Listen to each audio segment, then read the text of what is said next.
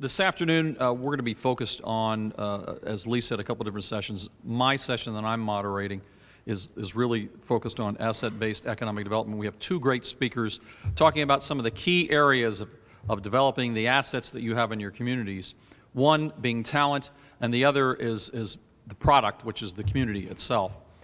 First to be talking about talent is Katie Silliman. Katie is Vice President for Regional Initiatives with the Northeast Indiana Regional Partnership. And if you're not familiar with them, out of the Fort Wayne area, the 10-county region in northeastern Indiana, with regard to talent, in my opinion, they're the group that has a handle on how to deal with the talent issue that we're all facing across the state of Indiana, regardless of the size of your community. It's the #1 issue that we find, in particular, as companies either existing or looking to come into the region for the first time are focused on. But Katie spent some time in the Peace Corps, and she's very much involved in the community and serves on Manchester University's Presidential Leadership Council and the College of Pharmacy's Dean Advisory.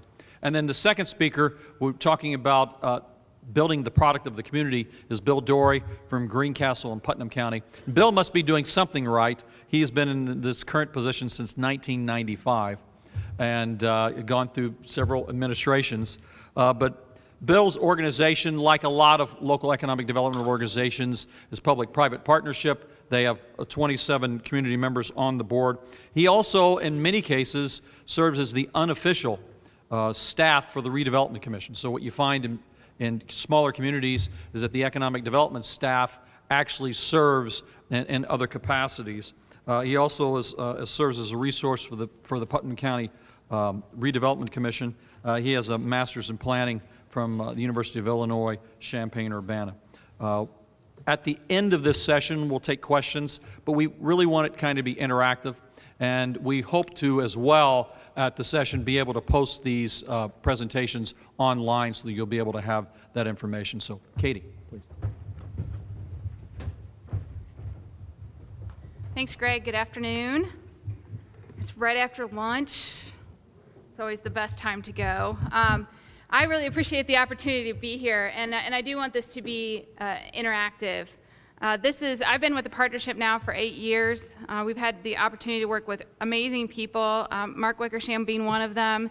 We really can't get things done in Northeast Indiana without the support of our private sector leadership, our elected officials, our economic development professionals.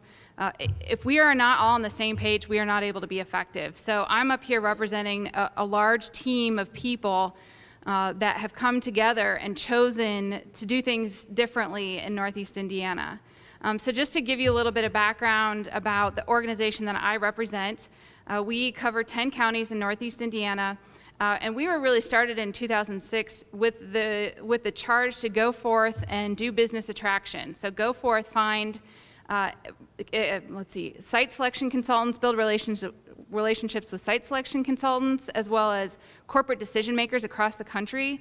Perhaps they're looking for a Midwest location, those types of things. And so we went out and started to do that, and we found what we discovered wasn't that there was perhaps a bad perception of Northeast Indiana. We discovered there was no perception. So it was critically important for us to start that work, also because a lot of times that individuals didn't really understand the difference between Huntington County and Allen County, let alone Huntington or Fort Wayne. They kind of had a sense of where Indiana was, and so for us it was about telling a clear story. So as we started to do that effort, started to go out and market Northeast Indiana as a good location, we also discovered that we needed to not only focus on business attraction, which is still our core function, but if we didn't do something about developing the product that we had to sell, we could generate all the leads in the world. But if we couldn't land those leads, we were only going to be able to be so effective.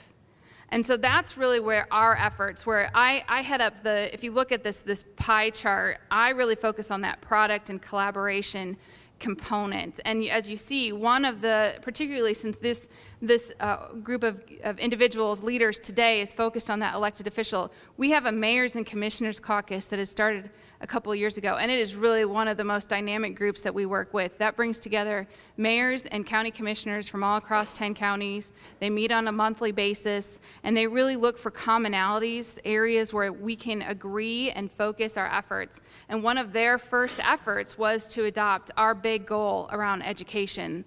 So just to want to let you know, it's really, really cool to see how they have come together and really starting to be a force to be reckoned with in Northeast Indiana.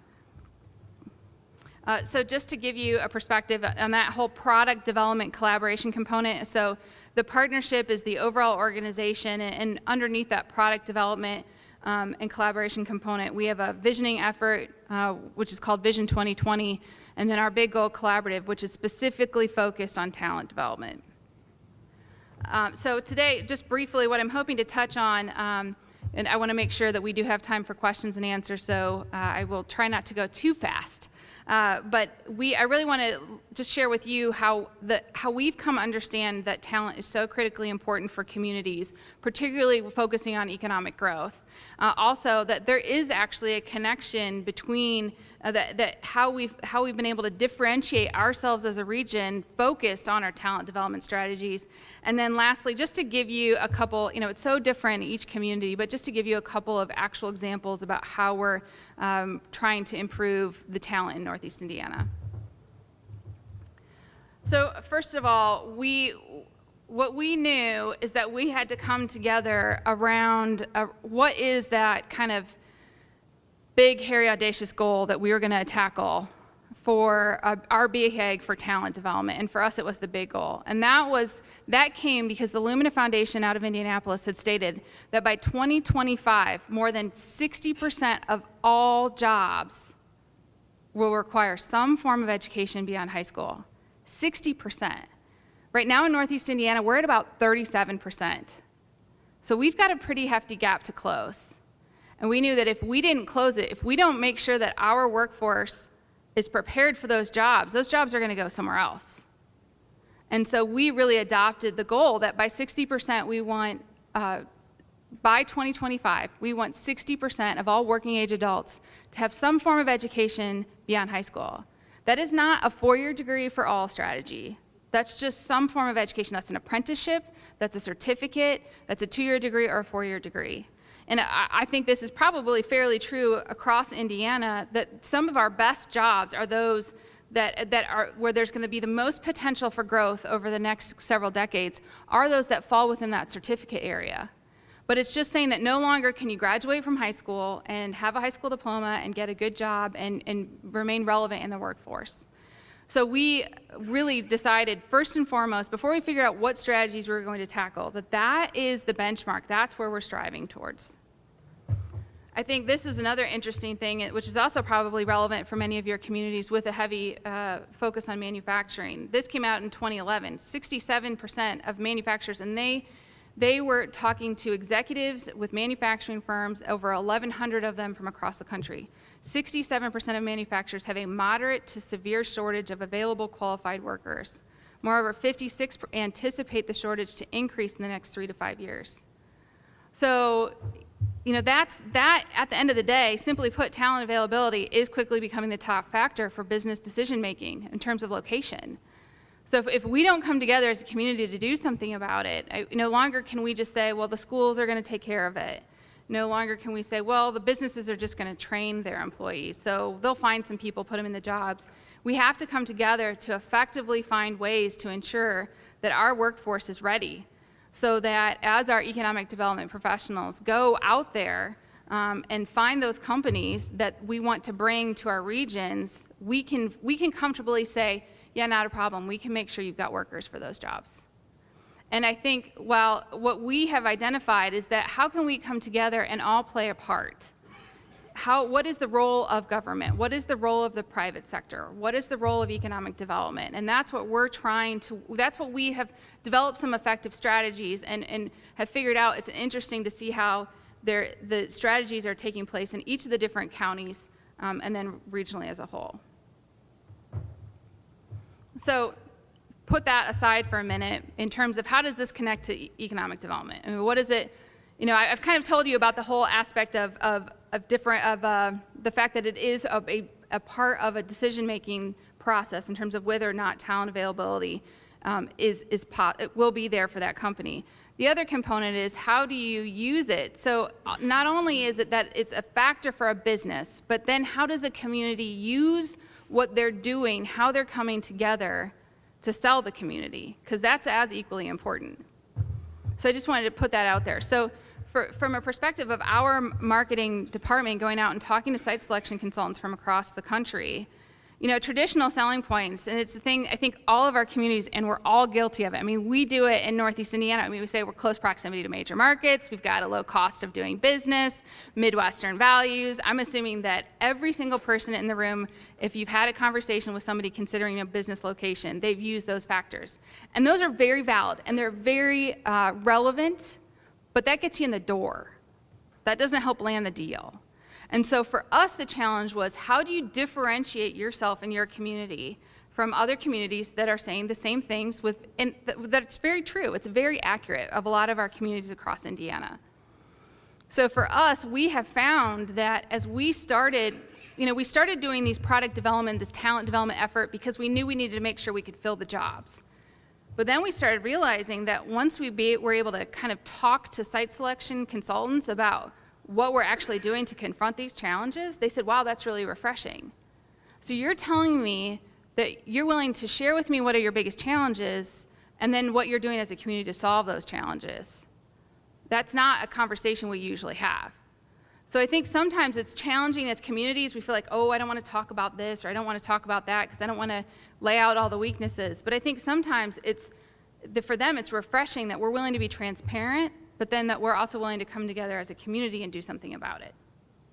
So I just wanted to share that interesting aspect of how we not only are doing something to address workforce development issues, but we're also using the collective efforts of our community as a way to sell that we're a progressive region, willing to do things differently to make sure your business has the skilled workforce they need.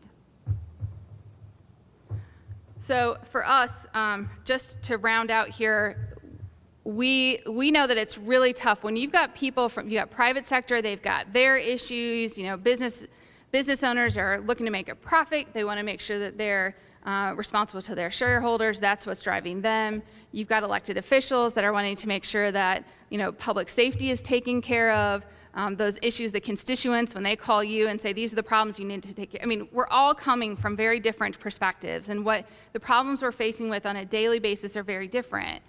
But we have decided or have focused on as a region are where are their commonalities. And for us, this was our commonality. In addition to that 60% and needing to change the educational attainment in our region, we also had to put a real picture on what does it mean for economic development in our region. And for us, it's about per capita personal income. That's what this chart is telling you. What this chart tells you is if the average American earns $1, the average resident in Northeast Indiana is earning 81 cents on $1. And we are saying that's no longer good enough. Our cost of living is at about 95%, because a lot of times people will go, well, it's cheaper to live here, so of course your wages are lower. Our cost of living is not that cheap in comparison to the national average. So we're looking at a 15% gap between cost of living and wages. And we just can't assume somebody else is going to come in and do that for us. So we have to come together, work cross boundaries to figure out how we're going to fix this problem. So we decided, what is that vision? So we always use this per capita income as the driving chart. This is where we want to go. This is what we're heading, is to turn this graph around. We wanted to make sure that we did it under an umbrella of an overall vision. For us, that's the Vision 2020. It's really about developing, attracting, and retaining talent. And we wanted to do it in 5 areas. We want to do 21st century talent, our business climate, entrepreneurship, infrastructure, and quality of life. And I'm here to talk today specifically about that 21st century talent. For us, when we asked our private sector leadership over and over and over again, and elected officials and economic development professionals, they said the #1 issue that we need to focus on is that 21st century talent. And so just to let you know, there's a leadership body that oversees this effort made up of 100 leaders from across the region that represent business, education, our philanthropic community, and economic development professionals. So I have some materials which I'll leave up front. I always hate going to conferences and they give you 5 million materials and you move them around your desk for several months, then you finally throw them away. So I didn't want to do that to you. I will leave materials up here. If you want to take any, you're welcome to. But just again, so for us, that 21st century talent is the critical area for us as a region. And we're focusing on how can we reach that 60%. So for us, this is the big goal that we've adopted as a region, to increase the percentage of adults with high-quality degrees and credentials to 60% by 2025. We as a region, we stand at 37%, as I previously stated. Just to tell you a little bit, rounding out, we said that this, not only is this focusing on students who are in school, children going through the education pipeline, but these are also helping existing adults upskill in the careers that they're currently in. We are looking at this as a full cradle-to-career continuum. We know that in order to meet 60%, you have to look at what are those critical factors that influence or impact an individual's ability to gain an education. And so are kids ready to enter kindergarten? Are they are they at third grade reading levels? Are they completing high school? Are they completing high school with the right type of diplomas and not in need of critical remediation to be successful in a 2-year or 4-year degree program or to get their credentials? And then lastly, what can we do for those adults that are already in the workforce and maybe underemployed? They have aspirations and desires to really expand in their careers, and they're just not sure how to do that. So lastly, just wanted to finish up and make sure there's enough time for Bill. So some of the tangible examples of what we're doing to address this big goal. We as the partnership, we're the conveners, so we bring everyone together. We need the full gamut of everyone in the community doing it. So if you were to think of like a symphony orchestra, there's a conductor, there's different, there's the wind section and the brass section and the what have you. We really feel like we're the conductor, but the individuals doing the critical work in terms of educating the students are our partners in the community. So in that college to career component, how are we making sure to connect students to employment opportunities in the region? We're bringing together 7 institutions across the region, plus 2 community partners, one that's helping with internship programs, another one that's helping with scholarship programs. And we're trying to figure out, can we have a collective database where we're all tracking how many employers are providing internships? And then collectively, can we make sure to increase the number of employers offering internships? That's been interesting, because I don't know if you've worked with competing academic institutions, but that sometimes is a challenging conversation, but they understand that we have to come together to figure that one out. Third grade reading, we actually are partnering with the University of St. Francis in an elementary school. What we're doing is taking pre-service education majors to do tutoring in a second grade classroom before they take their third grade reading test. That not only helps those students get more intensive tutoring on literacy, but it also allows the potential education majors experience in the classroom before they're really committed to make sure that we're improving teacher quality. Wabash Promise, this is a really cool program. This one is actually one, it's just cool to see what kind of bubbles up when we as a region decide we're going in a particular direction. This is a program that occurred independent of the partnership, but it was the YMCA and one of the hospitals. I know the Economic Development Organization was involved, and they were helping to start 529 savings accounts, because they show that if you get families to start investing in post-secondary education earlier, it increases the likelihood of that student actually going on to community college or college. And then lastly, innovations in career and technical education. This is where what we're doing is not just assuming that we know what the credentialing programs that the employers need, but actually asking the employers, what are the skills that you need, showing them the actual training, say which of these things do you need, and then how can we, it's actually a partnership between our workforce investment system, Ivy Tech, and our employers. And how can we, no longer do you need to have a full academic semester to go. If you've got an individual that's unemployed and needs a job, they don't need to go a semester. They'll go more in 6 weeks and get the certificate in a shorter period of time. And oh, by the way, it's the certificate the employer's looking for. So anyway, those are just some examples of some of the strategies that we're deploying. And again, I really appreciate the opportunity. I look forward to questions. That's way more interesting than me just standing here talking. But I'm excited by the moves that are taking place, not just in Northeast Indiana, but all across the state, and look forward to our conversation here in a little bit. Thank you.